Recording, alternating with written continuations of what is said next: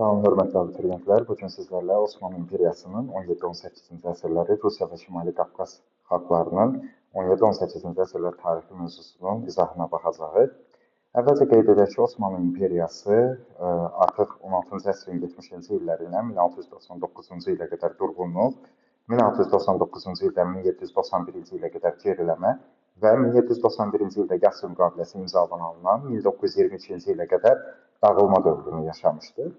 Osmanlı dövlətində 16-cı əsrin 70-ci illərinin sonunda mərkəzi hakimiyyətin zəifləməsinin əsas səbəbi taxta çıxmış hökmdarların səriştəsiz olması idi və durğunluq dövründə Osmanlının durğunluq yaşamasının iki cür səbəbi var idi.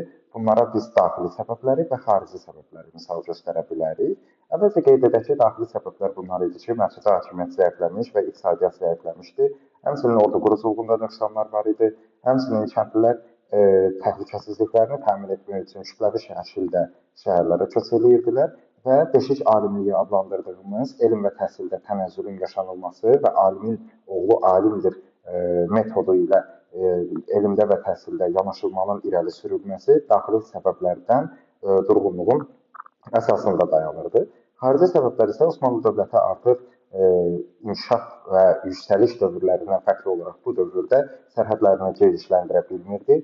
Güclü dövlətlərin əhatəsində olan Osmanlı İmperiyasında böyük coğrafi kəşflərin başlanmasından sonra Avropada sürətli inkişaf baş verirdi və Osmanlı dövlətində isə idarəçilik mexanizmləri və Avropa dövlətlərinə baxanda inkişafdan çox geri qalırdı. Bunlar isə xarici səbəblərin əsasında dayanan faktorlar idi.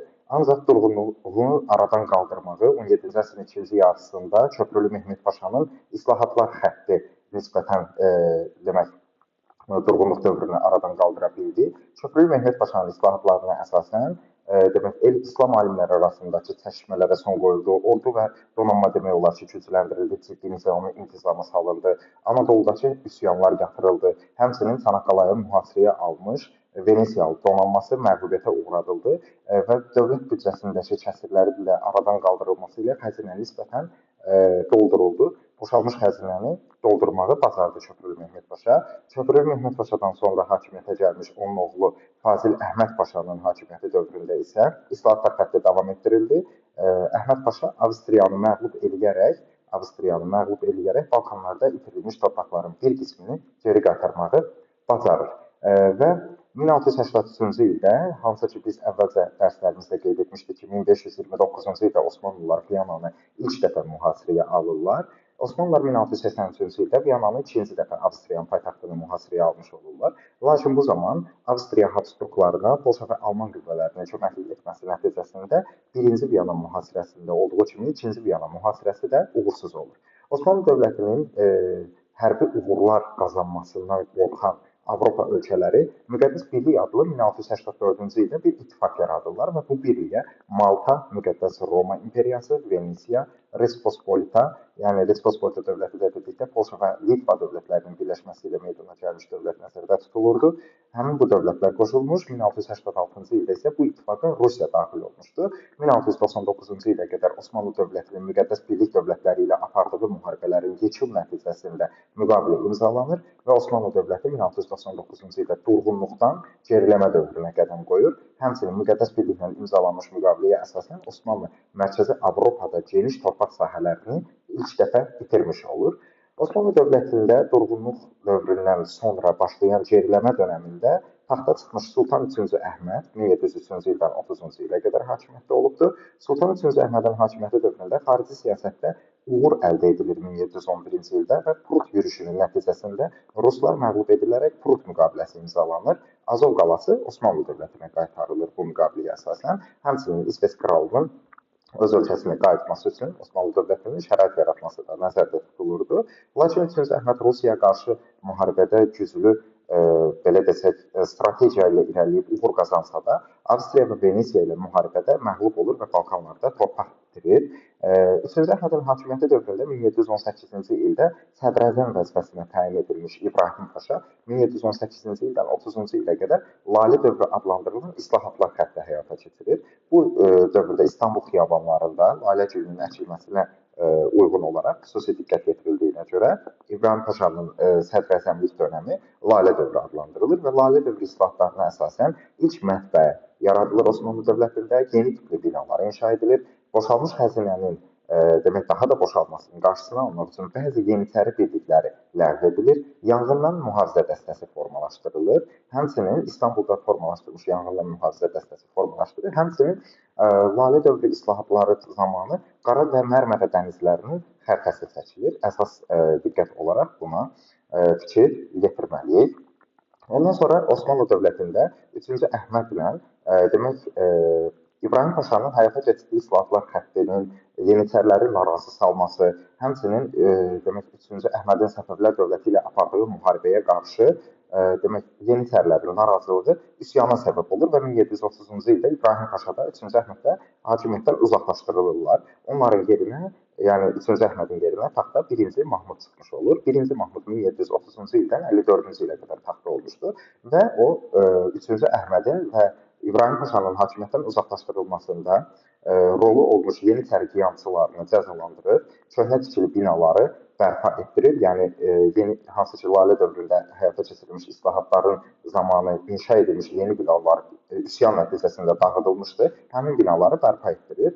Həmçinin kağız istehsal edən ilk müəssisə açdırır Sultan 1-ci Mahmud. Hər tarixində ilk dəfə qumbaraçılar adlı dəstə yaradır və qumbaraçılar ocağı təşkil edir. Avstriya ilə müharibə aparır. Avstriya ilə müharibənin nəticəsində sülh imzalanır və Balkanlarda itirilmiş torpaqlar geri qaytarılır. Azərbaycan tarixi ilə inteqrasiya eləsək, Nadir Şah Əfşarla mübarizə aparmış və Nadir Şah Əfşarla müqavilə imzalanmış Osmanlı Sultanının 1-ci Mahmud olduğunu da yadda saxlamalıyıq. 1768-ci ildən 74-cü ilə qədər Rusiya və Osmanlı arasında davam edən müharibənin nəticəsində 1774-cü ildə Kiçik Qaynaca müqaviləsi imzalanır. Kiçik Qaynaca müqaviləsinə əsasən Krım xanlığının müstəqil elan olunmasını Osmanlı dövləti tanıyır.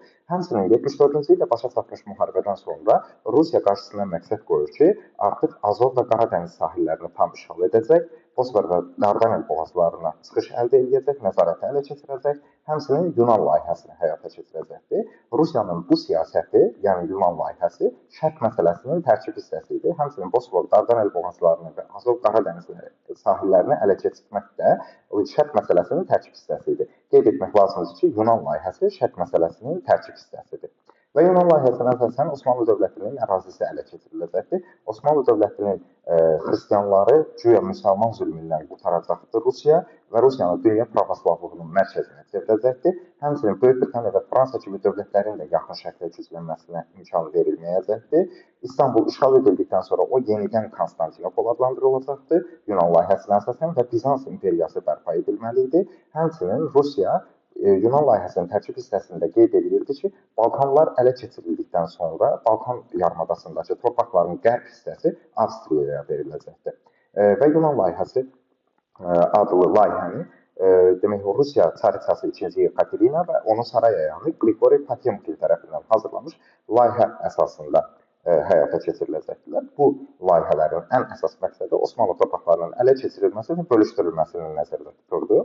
Əlavətən qeyd edək ki, 1783-cü ildə Rusiya Krımı işğal edir və Rusiyanın Krımı işğal etməsinə cavab olaraq Avropa dövlətlərinin təhriki ilə Osmanlı dövləti 1787-ci ildən 91-ci ilə qədər Rusiya ilə müharibəyə daxil olur.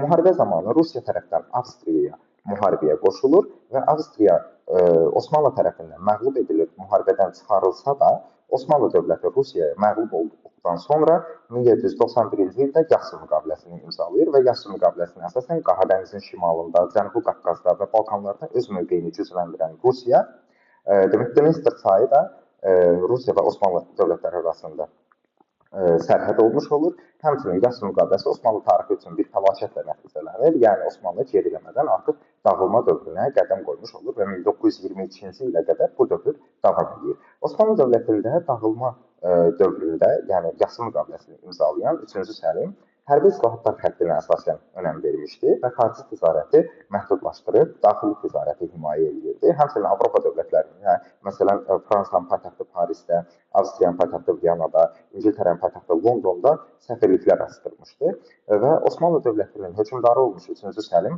hərbi islahatlar xəttinə uyğun olaraq hərb işini yerinə yetirməkdən imtina etmiş yaxud yerinə yetirməyən yeniçərilərdən yaxud da hərbi vəzifəni yerinə yetirməyən əyanlardan Timar və Ziyamət torpaqlarını geri alır.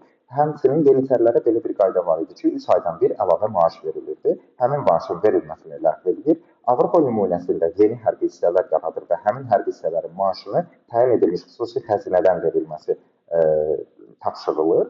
Yeni qumbaraçılıq məktəbi açdırır, həmçinin hərbi mühəndislik məktəbinin fəaliyyətini genişləndirir, həmçinin güclü donanma qurulmasına başlanılır. Üçüncü Səlmin həyata keçirdiyi islahatlar Osmanlı dövlətinin nisbətən ordu quruculuğu sahəsində güclənməsinə səbəb olmuş olur. Və biz əlavətən qeyd edək ki, Şimali Qafqaz xalqları da bu dövrdə Rusiyaya qarşı dağlıq xalqları mübarizə aparırdılar və bu mübarizənin əsasında Şeyx Mənsur dayanırdı 18-ci əsrin sonlarında. Şeyx Mənsurun Rusiyanın müstəmləkəçilik siyasətinə qarşı 1785-ci ildə üsyana başlamasından sonra baş vermiş, 1785-ci ildə baş vermiş Alba döyüşündə Şeyx Mənsur rusları məğlub edir. Lakin 1790-cı ildə baş vermiş Kuban çayı sahilindəki döyüşdə ruslar Şeyx Mənsuru məğlub edə bilirlər. Bunun əsas səbəbi isə o idi ki, Şeyx Mənsur dağlıq xalqlarının lideri idi, yəni Dağıstan bölgəsində, dağlıq ərazilərdə döyüşməyə alışmışdı. Lakin ruslar onu hilə işlədərək çay sahilinə çəkib düzən ərazidə döyüşməsinə səbəb olurlar. Bu da gətirib çıxardır ki, Şeyx Mənsur məğlubiyyətə uğrayır və Peterburqda həbsə salınır, həbsdə elə zindanda vəfat edir. Həmçinin bu Kuban çay sahili döyüşdə Rusiyanın qələbə qazanması və Şeyx Mənsuru məğlub etməsinin əsas bir digər səbəbi isə demək dağlıq xalqlarının azadlıq mübarizəsinə qarşı Rusiya ən geniş təchiz olunmuş, müasir silahları ilə təchiz olunmuş ordularını yönətmişdi. Rusiya isə 17-18-ci əsrlərdə demək olar ki, Romanovlar sülaləsi tərəfindən 1613-cü ildən idarə olunmağa başlanmış, 1917-ci ilə qədər Rusiya Romanovlar sülaləsinin hakimiyyəti altında olmuşdu. Demək, bu dövrdə 1667-ci ildə Rusiyada yeni ticarət nizamnaməsi adlandırılan qanun qəbul edilir. Bu qanuna əsasən xarici tacirlərə Rusiya bazarlarında pərakəndə mal satmaq qadağan olunurdu. Xarici tacirlər öz məhsullarını yalnız Rus tacirlərinə birbaşa topdan satmalı idilər. 17-ci əsrdə Rusiya Avropa dövlətlərində kapitalizm inkişaf etdiyi halda Rusiya hələ də feodal təhkimçilik münasibətlərinin hökm sürdüyü bir ölkə olaraq qalırdı. Yenə də burada qeyri-məhdud hökmdar hakimiyyəti, yəni çarın başçılığı altında hökmdar hakimiyyəti mövcuddur. Mütləqiyyət rejimi, yəni qeyri-məhdud hakimiyyət forması mövcuddur. Feodal təhkimçilik münasibətləri də hələ davam edir. 1649-cu ildə isə qəbul edilmiş Məclis qanunnaməsi adlandırılan qanunnaməyə əsasən təhkimçiliyin rəsmiləşdirilməsi və zadəgan mülklərinə irsi hüquq verilməsi, həmçinin çarın mütləq hakimiyyətinin möhkəmləndirilməsi qeyd olunurdu. Məclis qanunnaməsinə əsasən artıq kəndlilər bir sahibkarın yanından başqa bir sahibkarın yanına gedə bilməzdilər. Bu isə Rusiyada mütləq hakimiyyətin əsasları idi. Yəni Məclis qanunnaməsi çarın mütləq hakimiyyətini möhkəmləndirmişdi. Təhkimçiliyi də rəsmiləşdirilməsini başa çatdırmışdı.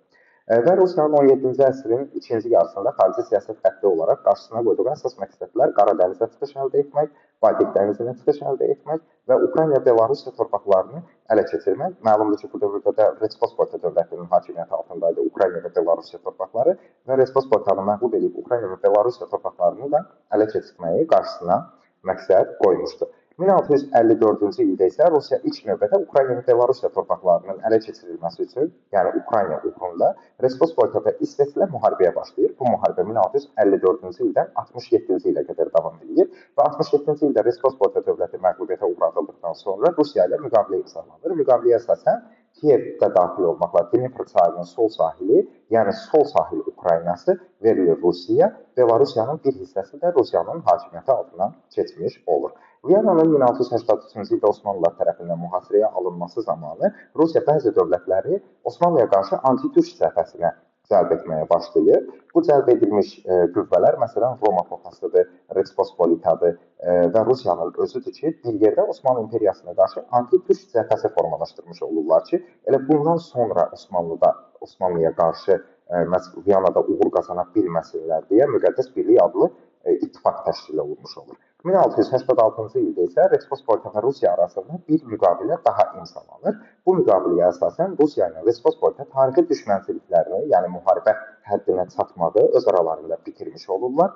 Kiyevin yenidən Rusiyaya aid olmasını Respospolita təsdiqləyir və Respospolita öz ərazisindəki pravoslavların dini azadlığına, yəni onların dininə toxunulmayacağına təminat verir. Həmçinin pravoslavların müdafiəsini də Rusiyaya həvalə etmiş olur.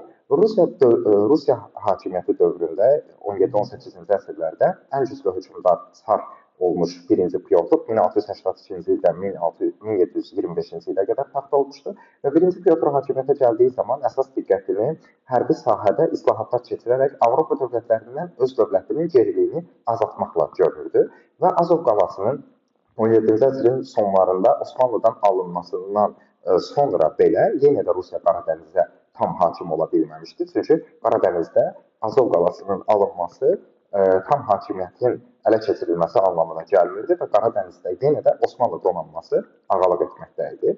17-ci əsrin sonlarında Rusiya Avropa dövlətlərinə elçilik göndərir ki, Osmanlıya qarşı aparacağı müharibədə özünə müttəfiqlər qazansın.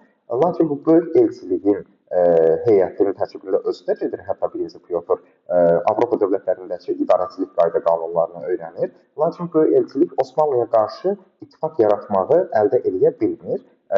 Lakin İsveçə qarşı ittifaq yaradılır. Yəni bir növü Rusiya Osmanlıya qarşı ittifaq yaradaraq böyük elçilik təşkil eləyərək Qaradənizi ələ keçirməyə çalışırdı. Qaradənizdə hakim olmaq iddiasındaydı.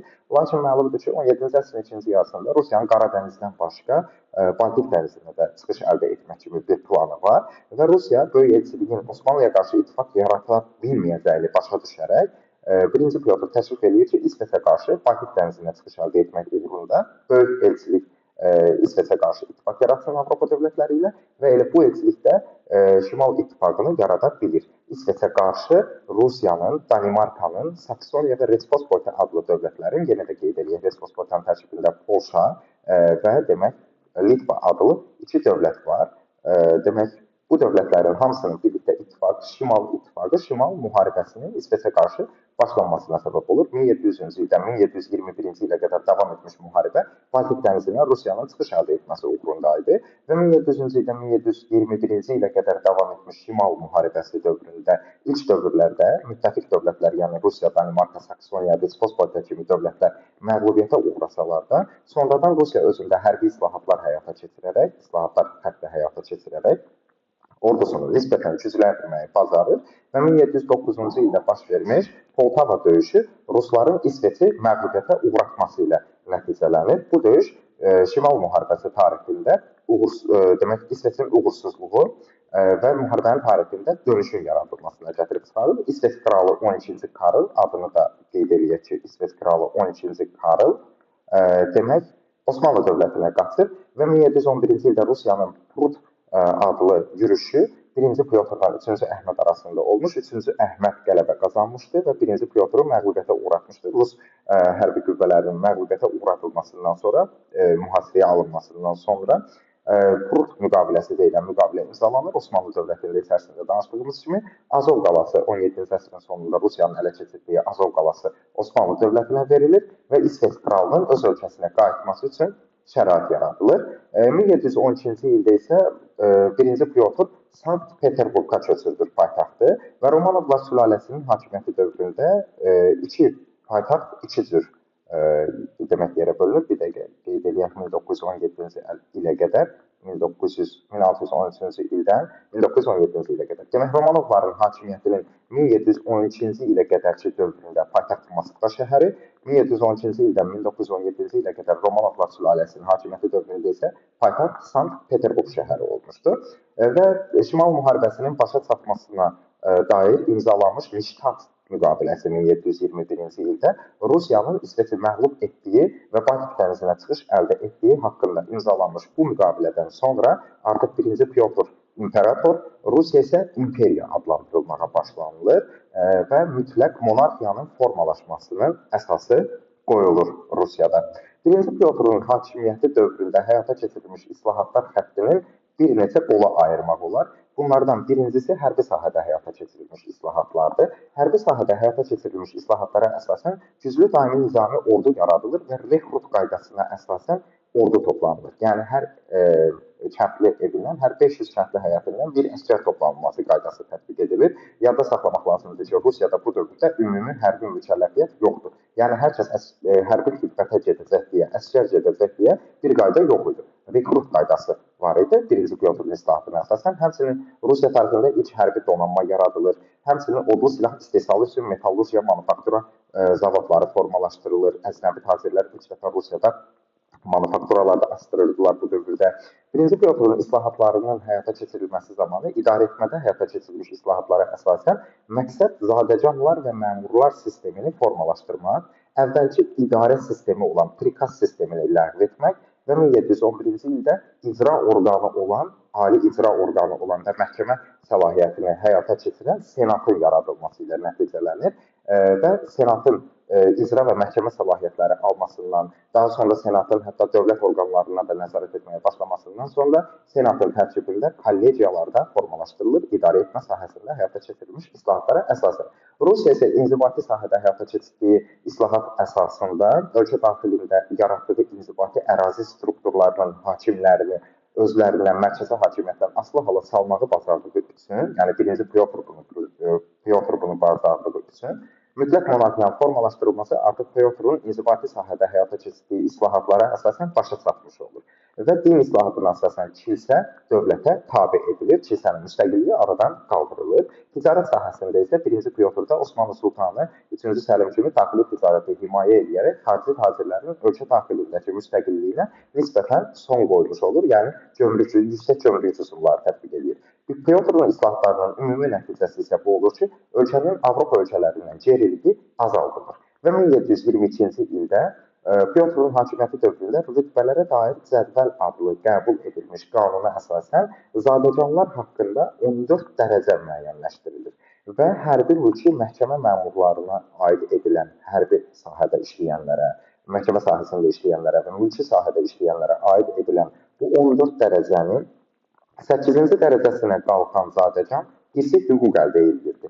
Yəni 8-ci dərəcəyə qalxmaq çox çətin idi. 8-ci dərəcəyə qalxdıqdan sonra zadəganlar öz xidmət müqabilində aldığı torpaqlar üzərində irsi mülk hüququ qazanmış olurdular. Əvvəlcə Rusiyada belə idi ki, hər hansı bir zadəgan dövlət vəzifəsini ailəsinin nəcibliyi yaxud ailənin ölkə ərazisində üstün tanınması var dövləti ilə tuturdusa, İndi artıq Pyotrun tətbiq etdiyi rütbələrə dair cədvələ əsasən zadəganlar öz şəxsi qabiliyyət və xüsusi əzmkarlıqlarına, biliklərinə əsasən hüquq və vəzifələr əldə edə bilirdilər.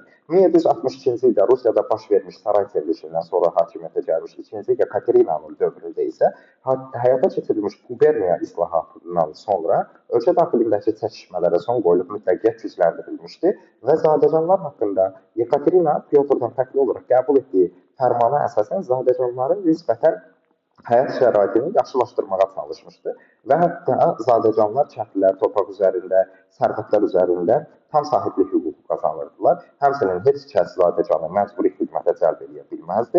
Həmçinin zadəganlar cismani cəzadan, yəni belə lori dildə desək, kötək cəzasından hər hansı bir səhv iş gördükdə azad edilirdilər və vergilərdən də həmçinin azad edilirdilər. 2-ci Yekaterinanın hakimiyyəti dövründə Respospolita dövləti Rusiya tərəfindən işğal edilir və ərazisi üç dövlət arasında Rusiya, Avstriya və Prusiya arasında bölüşdürülür. Respospolitanın bölüşdürülməsi nəticəsində Rusiya, Litva, Kureylandiya, Belarusiya və sağ-sahil Ukraynası torpaqları da Rusiyanın hakimiyyəti altına salınmış olur. Və 2-ci Yekaterinanın hakimiyyəti dövründə hələ də Qaradənizə çıxış məsələsi qalır. Qaradənizə çıxış əldə edilə bilmədiyi üçün Osmanlı dərsində içərisində qeyd etdiyimiz 1768-74 və 1787-91-ci illər müharibəsi həyata keçirilir. Bu müharibələrin ikisində də Rusiya üstünlük əldə edilir. Rusiya 83-cü ildə Krımı, ondan sonra isə Şərqi Gürcüstanı öz himayəsi altına alır. Krımı işğal edir və Şərqi Gürcüstanı öz himayəsi altına almağı bacarır.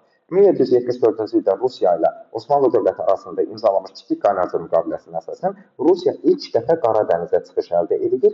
Krım xanlığı Osmanlı tərəfindən təsdiqlənir ki, müstəqildir və əslində Krımın müstəqil olması gələcəkdə Rusiyanın Krımı işğal etməsinə şərait yaradırdı və həmçinin Osmanlı necə ki Rusiya Respospolita dövləti ilə 1686-cı ildə imzaladığı müqavilədə pravoslavlar üzərində yəni müdafiə hüququ qazanmışdı. Eyni zamanda Kiçik Qaynarca müqaviləsində də Rusiya Osmanlı dövlətində yaşayan pravoslavlar üzərində, pravoslav xristianlar üzərində güzəştlər əldə etmiş oldu. 1787-1791-ci illər müharibəsinin yekunu olaraq imzalanmış Yassi müqaviləsinə əsasən isə Dnestr çayı iki dövlət arasında sərhəd olmaqla Cənubi Buqdan Dnestr çayına qədərki torpaqlar, Cənubi Buqdan Dnestr çayına qədərki torpaqlar Rusiyanın hakimiyyəti altına verilir və Krımın, Şərqi Gürcüstanın Rusların himayəsində olmasını Osmanlı dövləti təsdiq edir. Həmçinin Rusiya əgər ilk dəfə Qaradənizə çıxış hüququ əldə edilmişdirsə Kiçik Qaynarca müqaviləsində, artıq Yas müqaviləsində Qaradənizdə, Cənubi Qafqazda və demək Balkanlarda qəti olaraq möhkəmləndir. İkinci Yekaterinanın hakimiyyəti dövründə isə 1796-cı ildə Valerian Zubovun Qafqaz torpaqlarına, yəni əsas da Azərbaycan tarixində qeyd etmişdi ki, Zubov Azərbaycana hücumu zamanı Gəncəni, Bakını, Qubanı və Dərbənd xanlıqlarını ələ keçirmişdi. Lakin niyə geri çəkildiyini də qeyd etmişdi. Yenə də qeyd edək ki, Valerian Zubovun Qafqaza etdiyi yürüş 1796-cı ilin sonlarında İkinci Yekaterinanın ölümü və İkinci Yekaterinanın oğlu 1-ci Pavelin taxta çıxması ilə bağlı olaraq 1-ci Pavelin Qafqazla bağlı siyasətinin dəyişməsi ilə bağlı olaraq Zubovun qoşunları Qafqazdan geri çəkilmişdilər. Belə, Osmanlı, Rusiya və Şimali Qafqazın 17-18-ci əsrlər tarixi ilə bağlı deyəcəklərimiz bu qədər. Kanala abunə olub videonu bəyənməyi unutmayın. Sağ olun, növbəti videolarda görüşənədək.